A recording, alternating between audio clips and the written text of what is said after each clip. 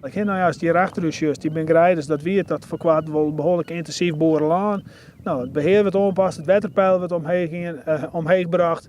En de just voort, het wordt volle blomrieker. Hier staan al die pinksterbloemen, boterbloemen, veldzuring en je de vogels ik hebben omkomen. De nieuwe namen van het gebied is het officieel bekendmaken onder het oog van alle belutsenen bij het project. De uitbreiding van de natuur is onderdeel van de noordelijke Alvestede varroute.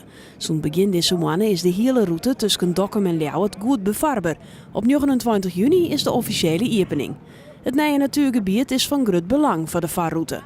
Het is net alleen het varen door dit gebied, het is echt het uit de boord gaan, kuieren en fietsen in de streek, zodat de hele streek Noordwest-Friesland direct wat aan had.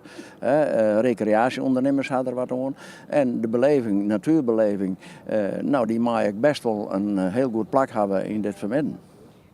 In het nieuwe reservaat te Blikken binnen ook viskpassages pleert, zodat visken op meer plakken komen kunnen. Het is een heel bijzonder gebied. Bijvoorbeeld ook van visken. Het is een mooi skeenwetter en dan gaat het niet zozeer om aantallen vissen, maar vooral ook de soorten vissen. En een hele bijzondere, de bittervoorn, die op een heel grote plak in Friesland toch behoorlijk zeldzaam is, die vinden we hier in behoorlijke aantallen. Dus dat zegt wel iets over de kwaliteit van deze gebieden. Verzels gaan alle belutsenen ook nog te varen om het nieuwe natuurgebied van het Wetterau te bewonderen. Dan is het tijd om weer om te gaan. Dit pad van de noordelijke Alvestede route is zo'n kwart dus wel diep genoeg, maar net breed genoeg.